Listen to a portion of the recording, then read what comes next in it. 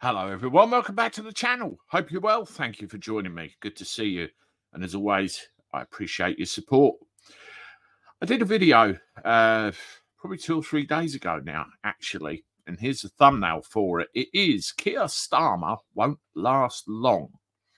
That was the video. Now, let's face it, his government and himself have done an awful lot of things to alienate an awful lot of people very quickly. And in particular, vulnerable people such as the pensioners, with the winter fuel payment being taken away and rumours about council tax reductions and all sorts. And let's not forget to mention the clampdown on people with an opinion. People who just say the slightest thing out of touch are labelled as far right and thrown in already overcrowded prisons. Well, that is a matter for another time, isn't it?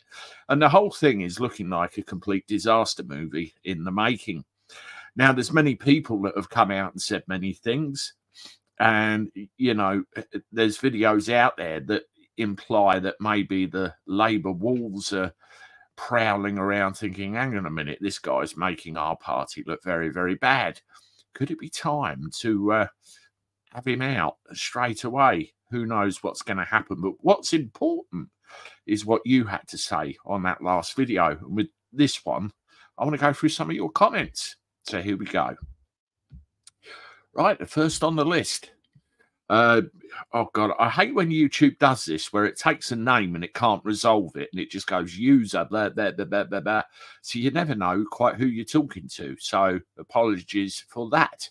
Once upon a time, bad people like him would have been kicked out immediately. Now it takes years until they eventually get the boot. Yes, this is the problem with the democratic process, isn't it? All the rules and legislation and everything else. Once somebody's in, these people are supposed to represent us and our best interests, aren't they? But it's apparent that once they're in, it seems to be party first and bugger everything else. That's how it comes across to me, at least. And you could well be onto something there.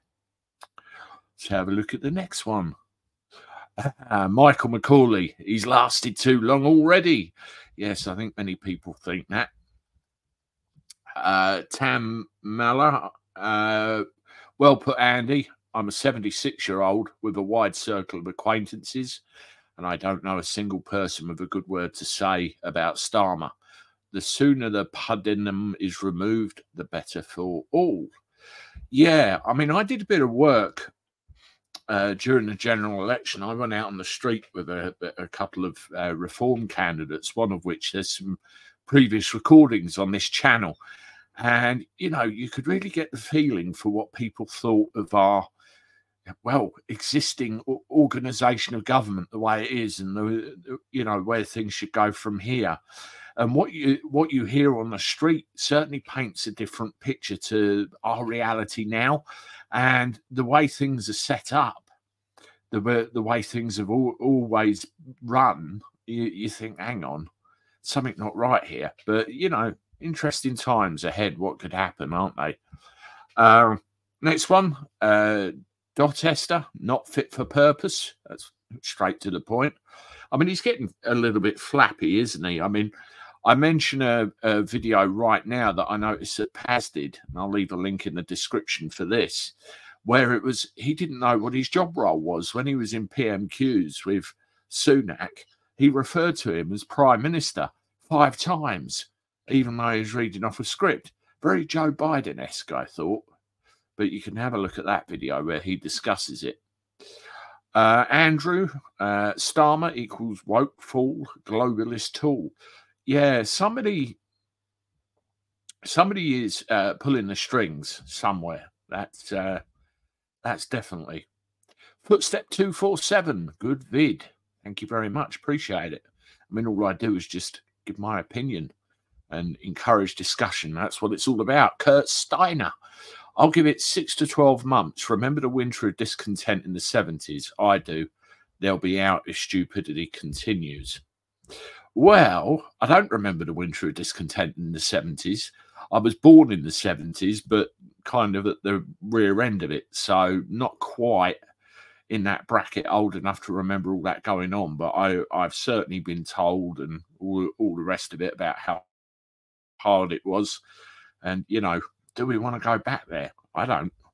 You think of your kids and your welfare and everything else, don't you? Another user, Starmer and Cooper are sabotaging this country. It won't be worth living here before long.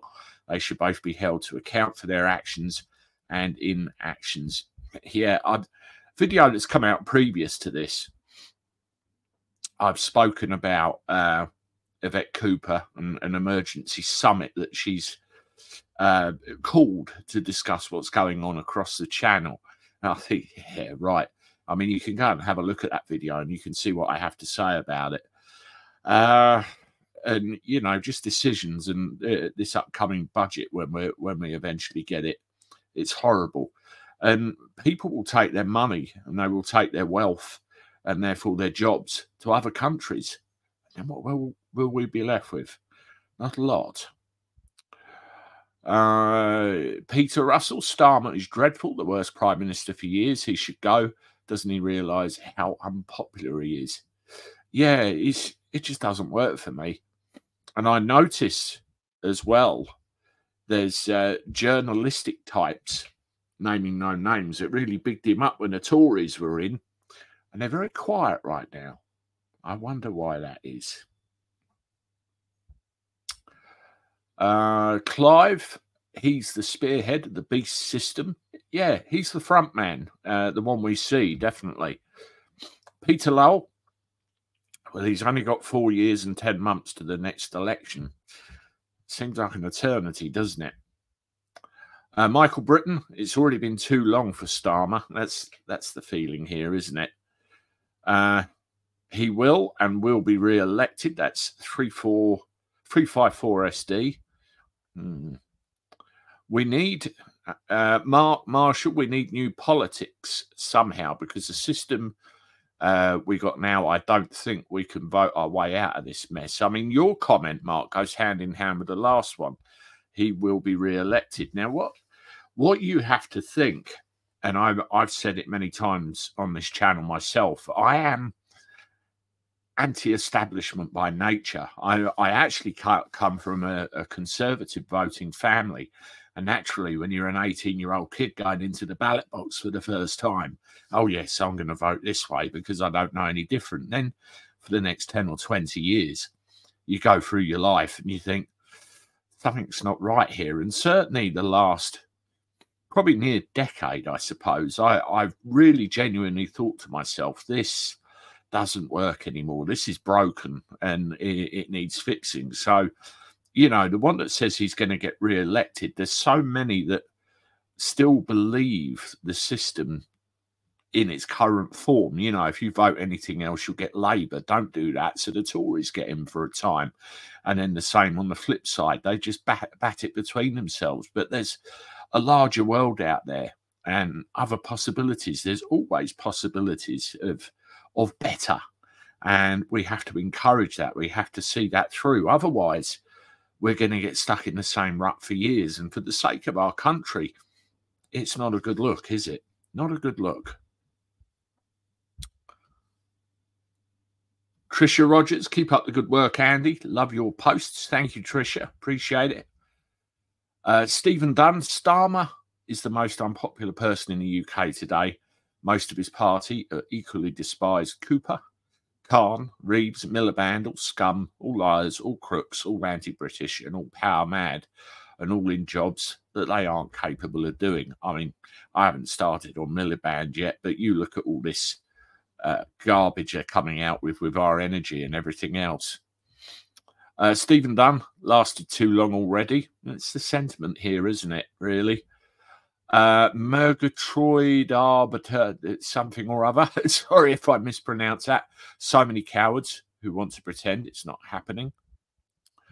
Frosty Man, there is another comment there. We have Labour are controlled, just like the Tories are. They have the same bosses. They want people to hate their government so much, they'll be begging for a one-world government. You know, I believe I'm a nationalist, really. I want to put my own country first. I don't mean the United Kingdom. I don't mean Great Britain. I mean England. I'm English, born and bred. That's everything I believe in. And if you look back in your history, to, you know, the early part of the 1700s and learn about the Acts of Union and everything else, you can see where it started to go a little bit gaga. I mean, for example, the Scottish were skint, so they ended up uniting with England, and it's been hijacked by this great British Union ever since, and that's what we get forced down our throats. Will it last? I don't know, but we see. I mean, a great visionary was Gene Roddenberry, the creator of Star Trek. I'm sure there's some Trekkies listening to this right now. And he had a vision of a united Earth where there was no wars, no petty differences, and everybody got on as one race.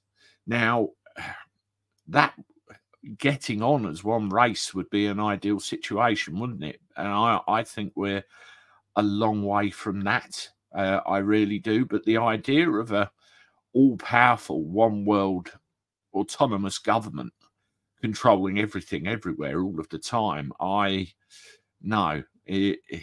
it's not the time for that. You know, we are our own entities. We are our own countries with our beliefs and our systems. And what's happening scares the hell out of me, to be honest. You know, with all the different people mingling in where they shouldn't really be. You can integrate if you go into a country with honourable intentions where you want to live, you want to work, you want to obey the rules, and you want to have a good life for yourself and put in. I have friends like that. You know, I've mentioned him before. There's a taxi driver who lives down the road from me. He's a friend of mine, done a bit of work for my business as well. And he's from Afghanistan originally, and he came to this country, and he you know, he did everything correctly, and he's now a citizen of this country. He works very, very hard. I mean, I thought I worked hard. He probably works harder than I do. He's got his own house, pays a mortgage, pays his taxes, and not long got a family. So that's the way to do it. That is the way to do it. And or play to the fella. Right, let's have a look at another couple of comments, and we'll wrap things up for this video. Okay, the next one. Yeah, Frosty Man. We've done Barry Loughran. Will the PMs, DPMs, cabinets, parents, grandparents be given or not given their allowance? I have no idea with that one. No idea. Clive, potential dictator. That's the way it seems. User, bring back Boris. He really knows how to con people. I was having a discussion with my wife about him this morning. Viking of England, he'll still be here in 5 years. He will cling on. We're done. It depends on the political manoeuvring and everything else, what could happen over the next period of time. I mean, you look at what happened with the Tories. They imploded. They had, what, 3 prime ministers in quick succession? It wasn't a great look, was it? So we'll see what goes on here. But they seem to be wanting to put an iron grip on just about everything. Anyway, that's all of your comments. And now I try and do as many of these as possible so we get some of your views aired, should I say, which is, you know, we need to do this. That's all part of the channel interaction. I appreciate all of your support. I really do. Please help the channel grow. If you haven't done so already, consider subscribing. Completely free to do. No ifs, no buts. Hit the like button if you can, because that helps the YouTube algorithm push my words here, there, and everywhere. Share me on your socials. And as always, I look forward to talking to you again soon. Toodaloo.